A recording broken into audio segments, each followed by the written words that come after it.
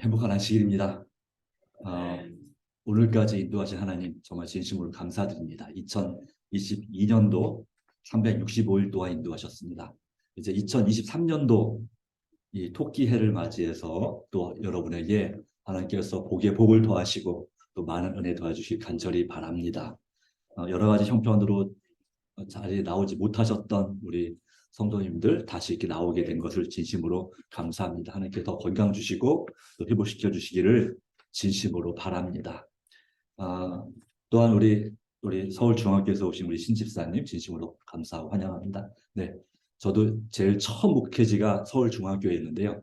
1995년도에 96년도까지 제가 전도사로서 있었는데 또 이렇게 다시 그 교회에서 오신 분을 뵈니까 좀 반갑습니다.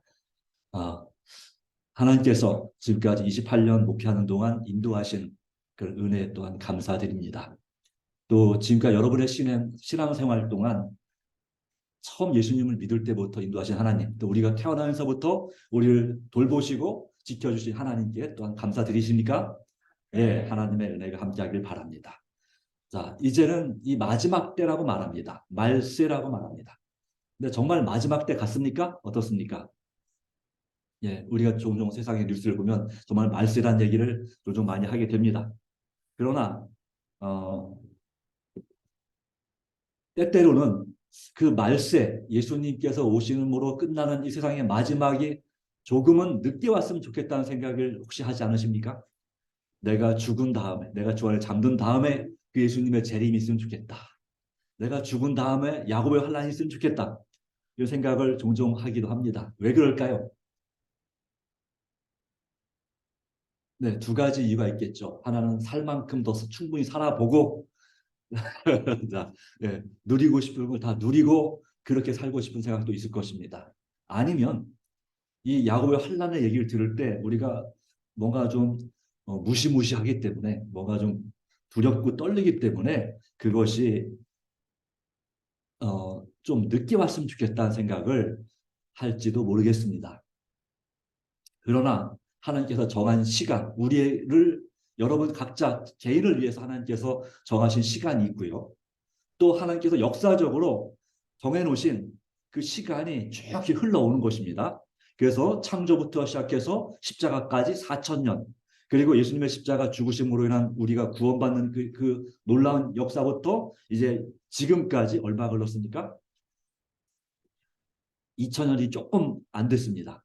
약 2,000년. 이제 2031년이 되면 예수님이 돌아가신 지 딱 2000주년 되는 해가 됩니다. 31년 얼마 안 남았죠. 2031년. 네, 생각보다 많이 남지 않았습니다. 그러나 꼭 그때 예수님이 오시느냐? 그건 모릅니다. 네, 그때 오시면 정말 정말 그때 오시면 좋겠다 하시는 분 있겠지만 성경 말씀에는 우리 예수님이 오실 때를 아무도 모른다라고 말씀했습니다. 우리 사람에게는 알려주지 않으셨습니다. 하나님으로서 알고 계시지만 그 하나님께서 정하신 시간표에 의해서 올 것입니다. 그러나 2030년대가 지금 세계 역사 가운데 가장 격동의 10년이 될 거라고, 가장 힘들고 어려운 그런 10년이 될 것이라는 그런 얘기들을 많이 하는 건 사실입니다. 그럼에도 불구하고 우리는 주님 안에서 강하고 담대하게 믿음으로 서는 그런 삶이 참으로 중요하다는 사실입니다. 야곱의 환란, 그러면 어떤 일을 당할까라고 말할 때 우리는 먼저 성경 말씀 어떻게 된 것입니까? 네, 건강을 뛰어나군요. 음,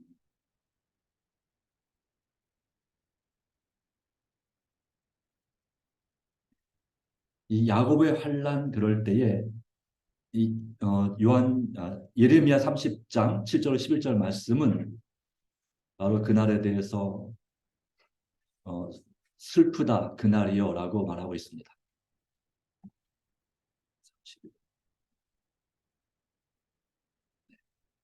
바로 그날은 엄청난 날, 그와 같이 엄청난 힘든 날이 없을 것이라고 이 말씀하고 있습니다. 근데 그날에 바로 이때는 바로 야곱의 환난의 때가 된다. 두렵고 떨리는 날이라고 때라고 말하고 있습니다. 그런데 이 날에 주님 말씀은 그 환난으로 인해서 의인들을 박해하던 사람들을 멸망시키겠다 말씀하고 있습니다. 그러나 내가 너와 함께 있어 너를 구원할 것이라 11절 말씀 가운데 기록합니다. 내가 너와 함께 있어 너를 구원할 것이라. 이 가장 힘들고 어려운 바로 그때에 누가 함께 계시냐면 만군의 하나님 여호와께서, 특별히 대군 미가엘, 요한 계시록에 나오지만 또한 다니엘 12장에 나오는 1절에 나오는 바로 너희 대군, 너희 큰 군주 미가엘이 일어날 것이요 그가 너희를 환난에서 구원할 것이라는 약속의 말씀이 이루어질 것을 우리에게 보증하고 있습니다. 그러므로 가장 인류의 위기의 때, 그리고 우리 인생의 가장 어려울 때에는 그때는 누가 함께 하실 수 있는 때이십니까? 임마누엘, 하나님이 우리와 함께 계시다는 뜻이 임마누엘이죠. 그 이름을 가지신 예수님께서 함께 하실 때라고 하는 것입니다. 너만은 멸망시키지 아니하리라. 그러나 내가 법에 따라 너를 징계할 것이요 결코 무죄한 자로만 여기지는 아니하리라. 우리가 그때 진심으로 회개하고 우리 마음을 살피며 우리의 삶을 바르게 바로 잡을 일이 필요함을 우리에게 말씀하고 있습니다. 이 환난의 때에 대하여 이제 중세의 환난을 본다면 히브리서 11장 35절로 38절 말씀 가운데 어떤 이들은 더 좋은 부활을 얻고자 하여 악형을 받되 구차히 면하지 아니었으며 또 어떤 이들은 희롱과 채찍질뿐 아니라 결박과 옥에 갇히는 시험도 받았으며 돌로 치는 것과 톱으로 쳐는 것과 시험과 칼에 죽는 것을 당하고 또 양과 염소의 가죽을 입고 유리하여 궁핍과 환난을 그리고 학대를 받았으니 이런 사람은 세상이 감당하지 못하도다. 저희가 광야와 산중과 암혈은 톡을 같은 말입니다. 동굴에 유리하였느니라 라고 말씀합니다. 이 중세 암호 시대에 또 그리고 이 초대교회 시대에 이 로마 제국 시대 그때부터 시작해서 하나님을 믿는 그리스도인들이 이와 같은 박해를 피해서 피난을 가고 또 많은 환난을 당했습니다. 잡혀서 고문을 당하고 그리고 옥에 갇히고 또 순교를 당하는 그런 일들이 끊임없이 있어 왔습니다. 이제 이 일이 역사는 반복된다는 말씀처럼 이 일이 이 예수님 재림 직전에 바로 은혜 시기가 끝난 직후에 이 일이 반복될 것을 말씀하고 있습니다. 은혜 시기에 반복하고 있습니다. 그런데 예레미야 30장 10절 말씀은 우리에게 약속하고 있습니다. 여호와의 말씀이니라. 그러므로 나의 종 야곱아 너는 두려워하지 말라.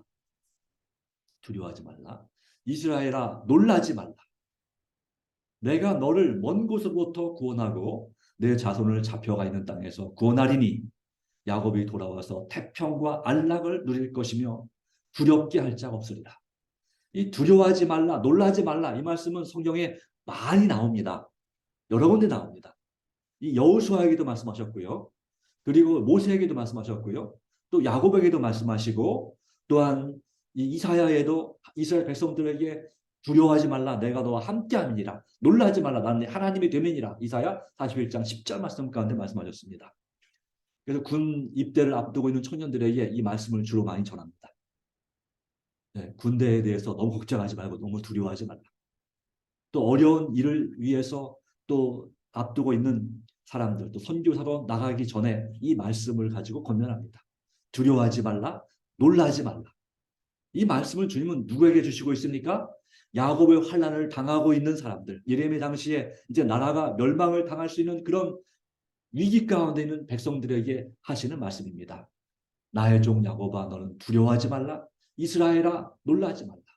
자, 야곱, 이스라엘 같은 사람이에요? 다른 사람이에요? 같은 사람입니다.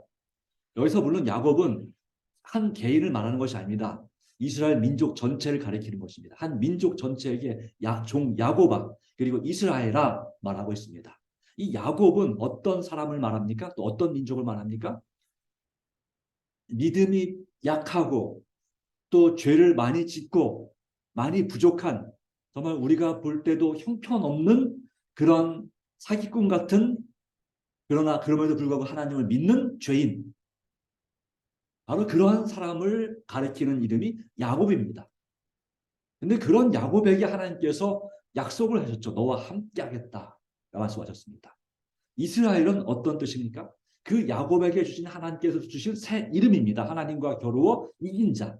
다시 말하면 믿음으로 승리를 경험해서 그 약한 믿음이 강하여졌고 또 주님 안에서 강하고 담대하게 되었고 여전히 환난과 어려움이 있지만 그럼에도 불구하고 낙심하지 아니하고 늘 하늘을 바라보면서 하나님과 동행하는 사람, 바로 그가 이스라엘입니다. 다시 말하면 악인이든 의인이든 하나님의 자녀인 우리들에게 말씀하시는 것입니다. 두려워하지 말라, 놀라지 말라. 왜 그럴까요? 내가 너를 구원하겠다. 바로 임마누엘이신 하나님께서 우리와 함께 계시기 때문에 그 야곱의 환난, 앞으로 여러분 인생에 있을 가장 큰 어려움이나 위기나 그런 것들을 걱정하지 말고 두려워하지 말고 또 놀라서 방황, 정말 어떻게 할지 아무것도 할지 모르는 그런 패닉 상태가 되지 말라고 말하는 것입니다. 갑자기 큰일을 당하면 사람이 정신이 나갑니다. 정신이 나가면 어떻게 될까요? 분명히 피해야 되는데 피하지를 못하고 그 자리에 얼음이 됩니다. 딱 멈춥니다. 갑자기 교통사고를 당할 때, 그럴 때에 원래 정신이 있으면 얼른 피해야 되는데 차가 빵빵 큰 소리를 빵빵거리면서 막 브레이크 밟는 소리가 날 때 갑자기 얼어버리는 거예요. 그래서 쳐다보면서도 어찌할 바를 보다 그냥 당하는 거죠. 사고를 당하죠.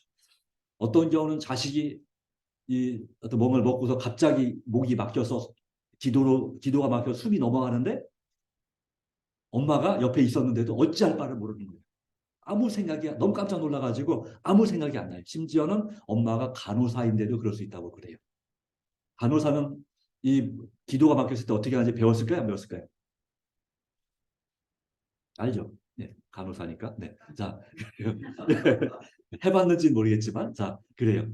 네, 이 기도가 막혔을 때 어린아이가 기도가 막혔을 때 어떻게 하는지 이렇게 뒤로 이렇게 등을 그러니까 그 뒤에서 끌어안고 이 주먹으로 이렇게 명치를 탁 쳐 올리면 이게 막힌 게 튀어나오는 것을 압니다. 배웠습니다. 근데 남이면 다른 사람이면 그렇게 침착하게 할 텐데 갑자기 자기 아이가 그러니까 당황해가지고 어떻게 할지 모르는 거죠. 그러다가 겨우 119 불러서 이렇게 갔지만 저는 하여튼 그런 경우도 있다고 합니다. 안타까운 일이 있죠. 그래요. 그렇기 때문에 우리가 두려워하지 말라, 놀라지 말라가 그냥 있는 말씀이 아니에요. 갑작스러운 일을 당할 때 우리는 항상 마음의 준비를 하고 있고 항상 미리 연습을 했다면 그런 상황을 당할 때에 당황하지 않고 조치를 취할 수가 있다고 하는 것입니다. 그래서 이 부대 중에 정말 대단히 뛰어난 군부대일수록 훈련을 정말 질리도록 훈련을 합니다. 그렇게 열심히 죽어라고 훈련을 해야만이 매일같이 훈련을 빼먹자고 해야만이 막상 그런 위기 상황 때에 죽지 않고 다치지 않고 그 위기를 돌파한다고 하는 것입니다. 이 베트남에서 이 서경석 장군이라는 유명한 장군이 있는데 바로 그분이 대대장, 중대장 시절에 그랬다고 합니다. 자기 부대만큼은 그 수색 정찰 때의 그 위기 상황에 대비해서 또 적군 베트남 그 군과 싸우는 것과 대비해서 베트콩이죠. 예, 싸우는 것 대비해서 얼마나 연습을 많이 시켰는지 그랬더니 그 연습을 정말 자다가도 빵 소리 나면 그냥 빵 일어나서 조치 취하게 할 정도로 훈련을 시켰어요.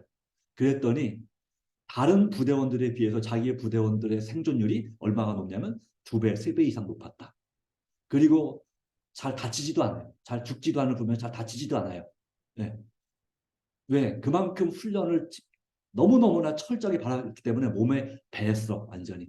그래서 그런 상황에서도 남들은 어찌할 바 모르는 상황에서도 두려워하거나 놀라지 않고 조치를 취하고 도리어 적군을 압도하더라 하는 그런 것을 그분이 말한 적이 있습니다. 네.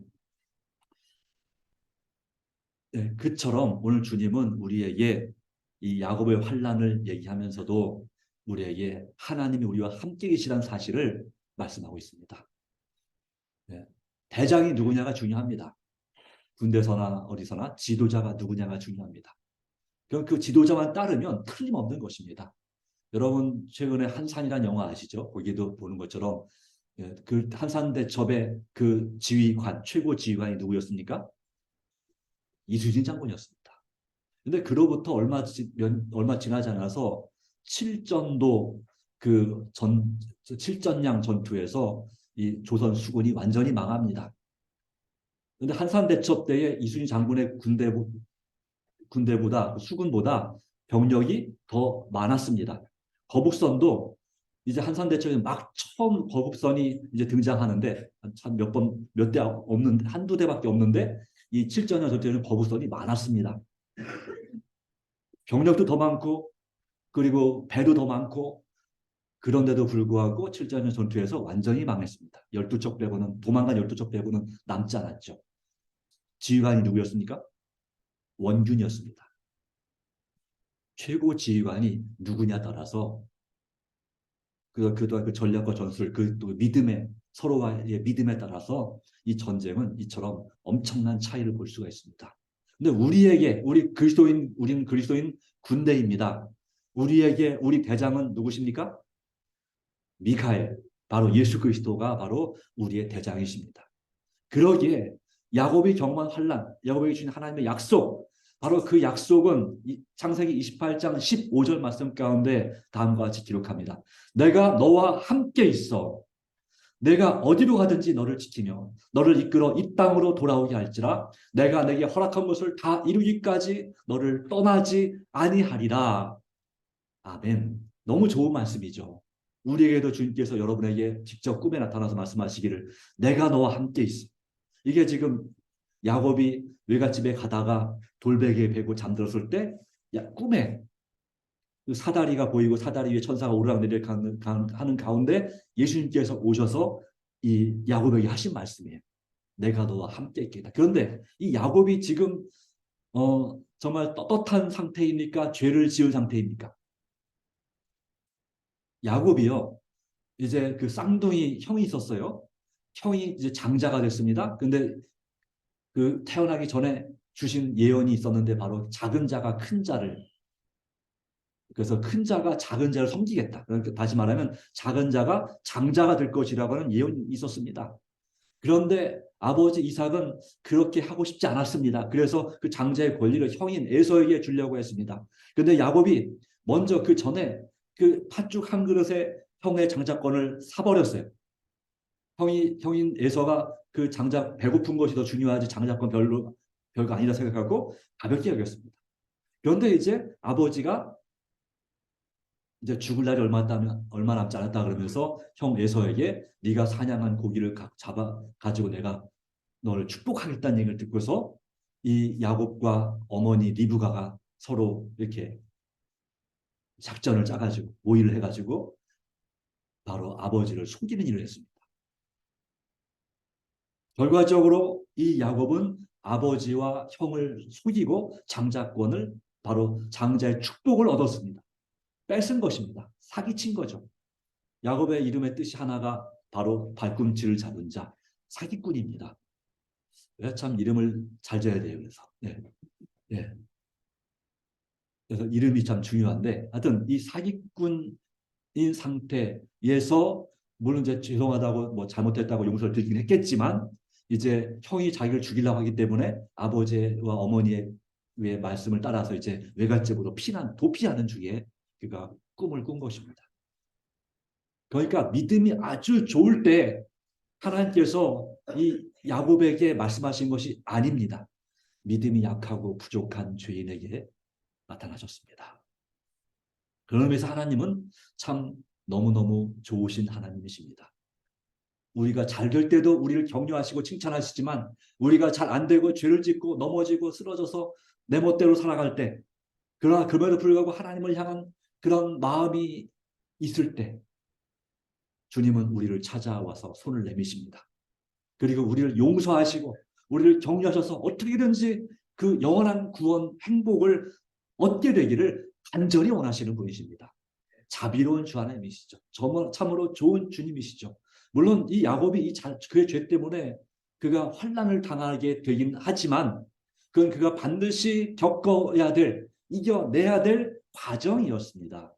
이 약속을 믿고 가서 20년 동안 죽을 고생하고 그렇게 외갓집에서 고생하다가 그래도 하나님의 은혜로 11명의 아들을 얻고 그리고 1명의 딸을 얻고 12자식을 얻은 다음에 이제 부인이 4명이나 생기고 본의 아니게 원래 1명만 얻고 싶었는데 3명 더 생겼고 그러나 이 외삼촌은 이 야곱보다 더 사기꾼이라서 참 그래요. 야곱도 하나님 믿고 외삼촌 라반도 하나님을 믿거든요. 하나님을 믿는 사람인데 어째 하나님 믿는 사람이 그렇게 속이는 걸 자기 욕심을 부리는지. 다시 말하면 이 야곱은 집사님이라면 이 외삼촌은 어떤 셈이에요? 장로님이에요. 장로님이 사기를 치는 거예요. 네. 네. 가능합니까? 네. 품삯을 10번이나 바꾸는 거예요. 그러니까 여러분 이 교회를 다닐지라도 이 장로님이나 집사님들에 대해서 물론 존경해야 되겠지만 그러나 완전히 믿진 말라 이렇게 말할 수 있나요? 물론 담임 목사도 마찬가지입니다. 담임 목사도 사람입니다. 장로님들도 사람입니다. 네. 사람이다 보니까 자기 욕심대로 때때로는 할 때가 있습니다. 하나님께 여쭤보고 하는 것이 아니라 자기 마음대로 할 수가 있습니다. 그런 모습을 그런 꼴을 못 보면 어떻게 됩니까?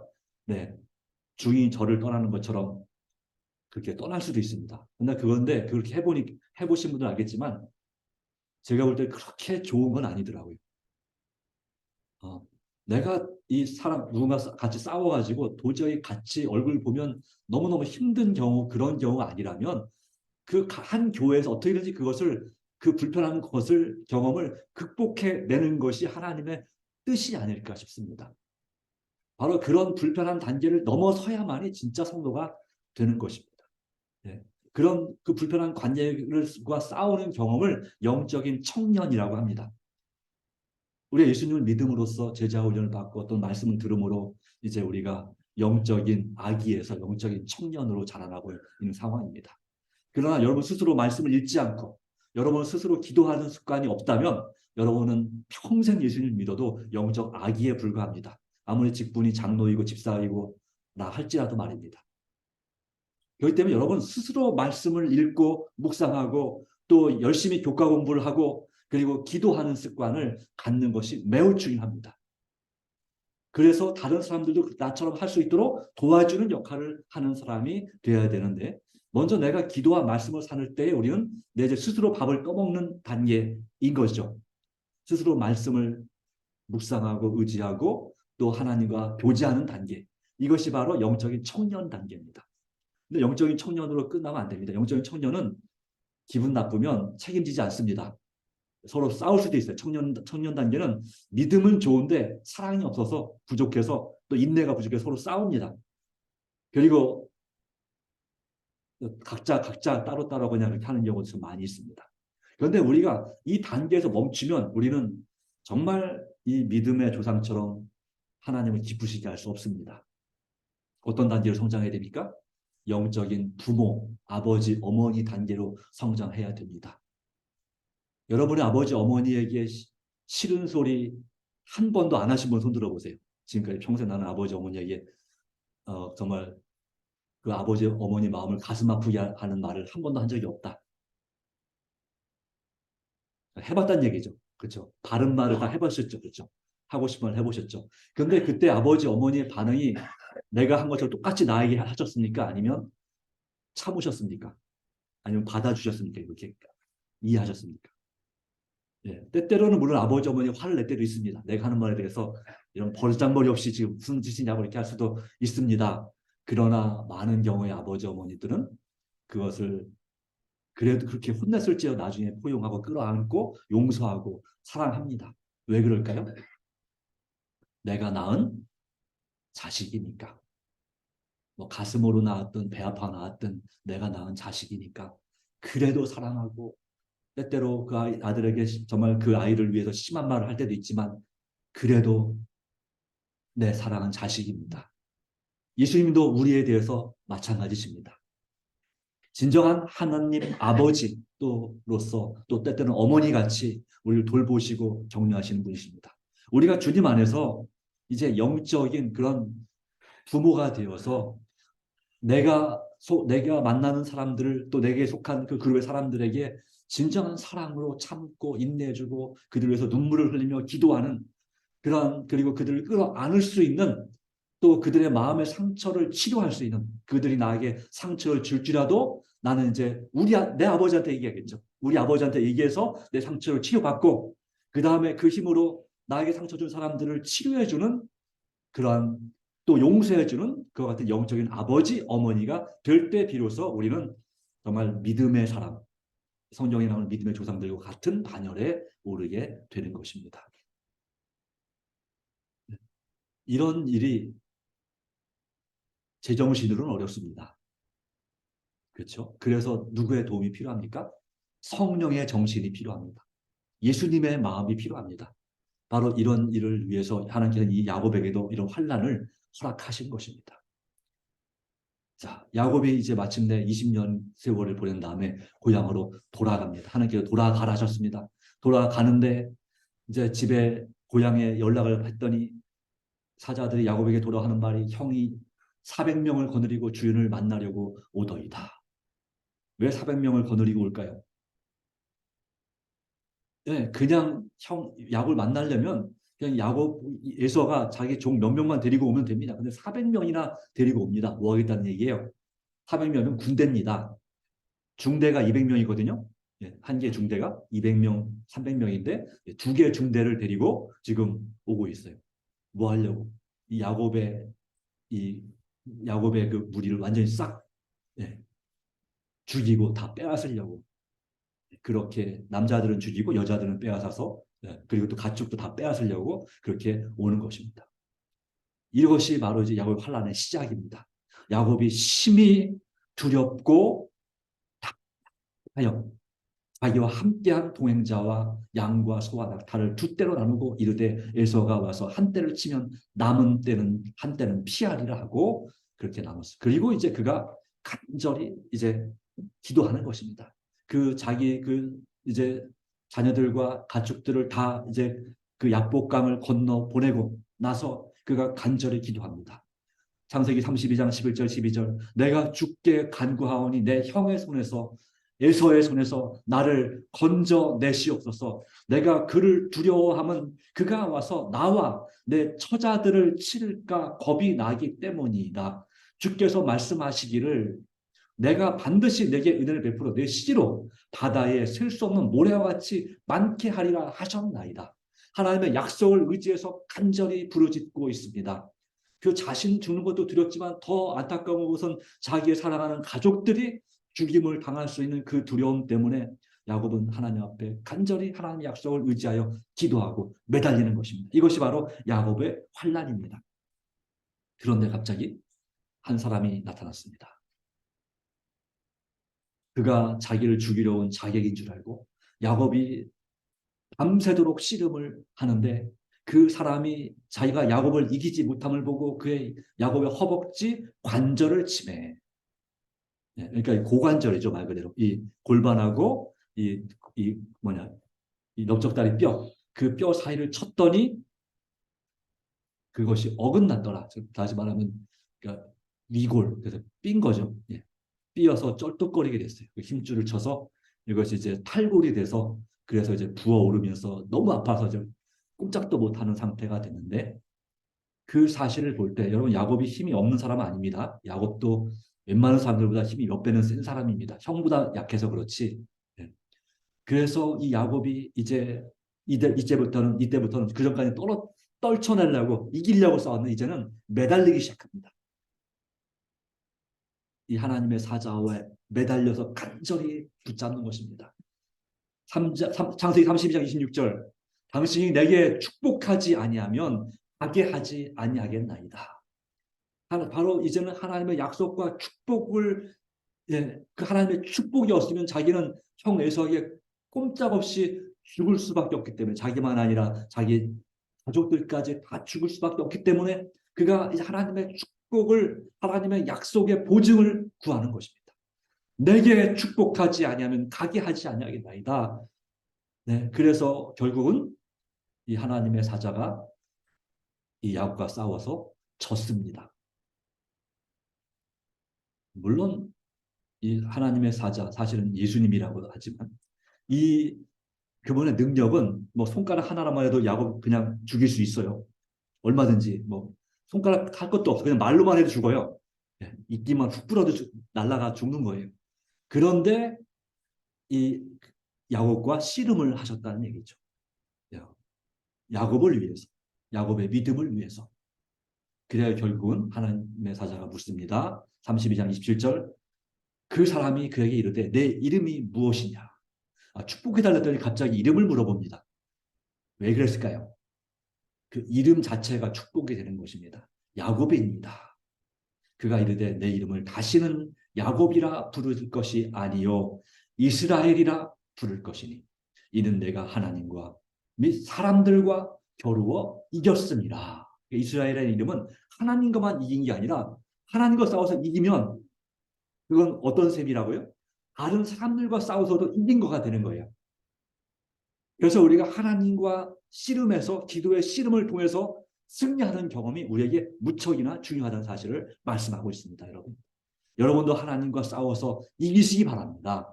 예, 기도의 씨름을 통해서 승리하시기 바랍니다. 하나님께 매달리시면 하나님께서 져줍니다. 마치 부모가 자식에게 지는 것처럼 지어주십니다. 바로 그 자식을 위해서 복을 주시는 것입니다. 결과적으로 야곱과 그의 가족은 구원받았습니다. 창세기 33장 3절 4절.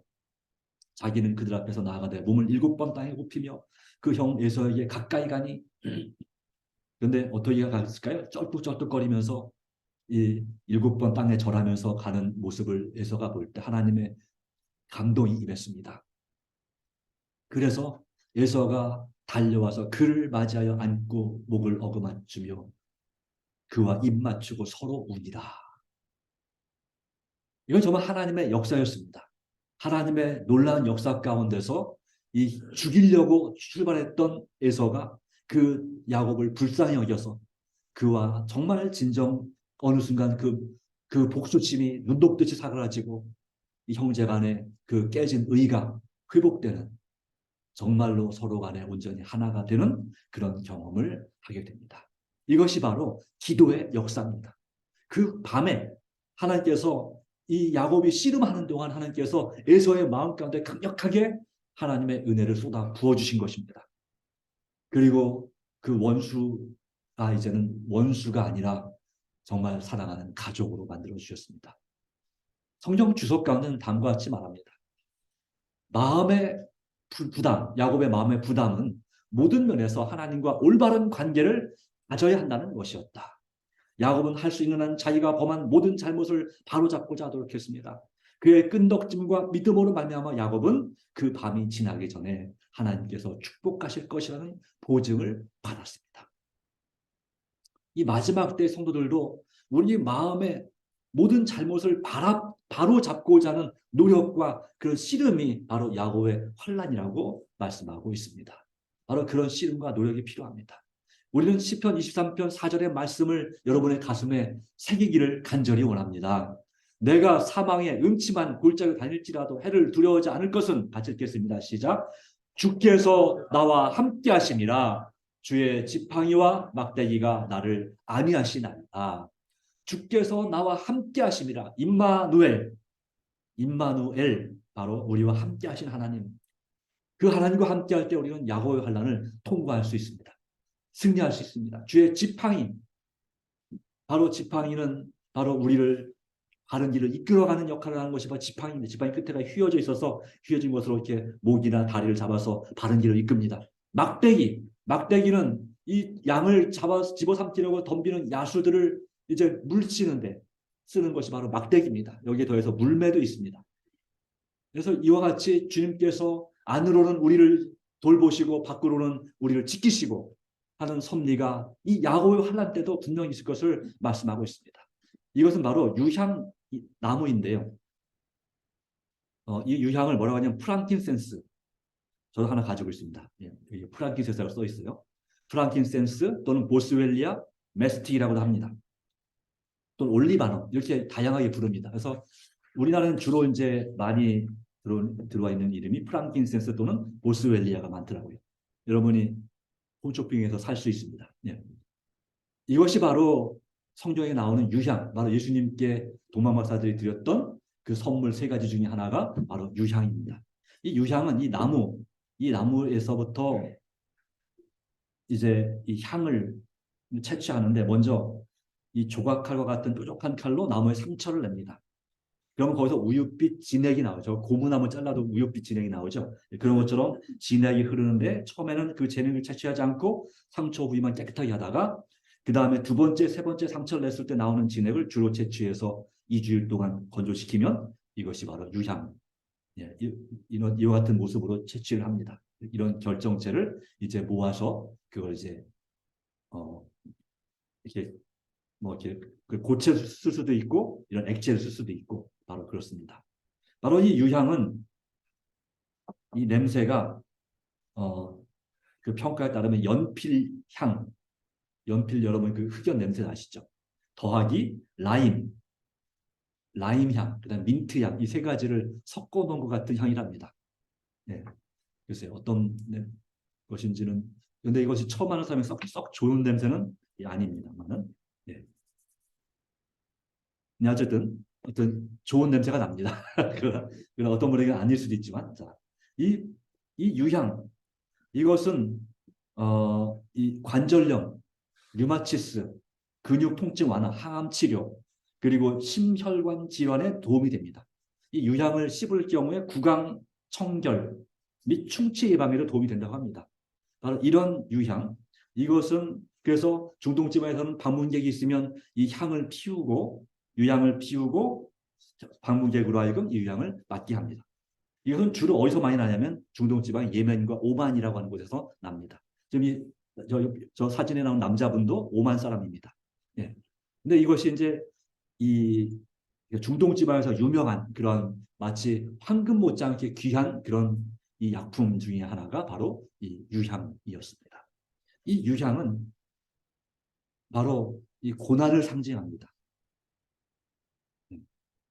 그렇게 찢김을 당하고 그런 가운데서 정말 더 진한 향을 내는 그것을 빠면 빨수록 더 진한 향을 내는 바로 그런 유향처럼 우리 삶 가운데도 이 환란이 때때로 찢어지는 고통을 경험하는 어려운 일일 수 있으나 주님께서 우리에게 진정한 환란 가운데 살 수 있는 길을 마련하셨다는 사실을 기억하시기 바랍니다. 예, 예, 뭐 많이 넘어가고요. 예. 세밀하게 영혼을 살피는 경험이 주님 재림 직전에 은혜의 시기가 끝난 후 영적 이스라엘 백성에게 이르러 올 것이다. 모든 죄를 자백한 자들만이 승리자로 나올 수 있다. 그래서 우리의 영혼을 세밀하게 살피는 경험이 오늘 우리에게 중요함을 말씀하고 있습니다. 예수님께서는 말씀했습니다. 환난을 이겼다고 말씀하셨습니다. 그러므로 우리도 이길 수 있다. 우리를 사랑하시는 이로 말미암아 로마서 8장 37절 이 모든 일에 우리를 사랑하시는 이로 말미암아 우리가 넉넉히 이기는다. 요한계시록 14장 12절은 뭐라고 합니까? 성도들의 인내가 여기 있나니 그들은 하나님의 계명과 예수에 대한 믿음을 지키는 자니라. 우리가 끝까지 주님을 믿고 의지함으로써 정말 말씀대로 살게 되기를 간절히 바랍니다. 예, 오직 하나님께서 우리와 함께 하심을 믿고 환난을 두려워하지 말고 강하고 담대하게 기도와 말씀으로 산다면 우리는 승리할 수 있습니다. 왜냐하면 하나님은 우리의 피난처시고 도움이시기 때문에 그렇습니다. 요한계시록 7장 15절로 17절 말씀 가운데 그러므로 그들이 마침내 이 환난을 견디고 주님 앞에 갈 때에 하나님 보좌 앞에 있고 그의 성전에서 밤낮 하나님을 섬김에 보좌 앉으신 이가 그들 위에 장막을 치시리니 저희가 다시 줄이지도 아니하며 목마르지도 아니하고 해나 아무 뜨거운 기운에 상하지도 아니할지니 이는 보좌 가운데 계신 어린 양인 저희의 목자가 되사 생명수 샘으로 인도하시고 하나님께서 저희 눈에서 모든 눈물을 씻어주실 것입니다. 우리 어린 양이신 예수님께서 우리의 목자가 되사 우리와 늘 함께 하실 것입니다. 지금도 우리가 마음속에 정말 회개하고 주님 의지할 때 우리 예수님께서 여러분의 마음 가운데 여러분과 함께 계십니다. 그분을 의지함으로 날마다 기도와 말씀으로 승리하시게 되기를 간절히 바랍니다. 아멘. 예수님을 바라보는 것이 우리의 표어가 되시기를 바랍니다. 아멘. 또한 그리함으로 우리는 주님 안에서 TMI 실천하기, 봉사와 전도를 실천하는 성도가 되길 바랍니다. 기도와 말씀, 이런 습관 가진 제자를 하나님은 귀하게 쓰십니다. 오직 믿음으로 예수님의 제자가 됩시다. 주님의 은혜가 우리 모두 함께하기를 간절히 바랍니다. 우리를 위하여 목숨을 거시는 하나님 아버지, 주신 은혜를 인하여 너무나 감사합니다. 어떠한 상황에서도 우리와 함께 하시겠다고 약속하신 하나님, 그 약속을 믿음으로 날마다 기도와 말씀과 순종과 전도로 예수님을 따라가는 성령 충만한 제자가 되게 하여 주시옵기를, 또한 우리의 드리는 개인적인 간절한 기도에 응답 주심을 믿사오며 예수님의 이름으로 간절히 기도드리옵나이다. 아멘.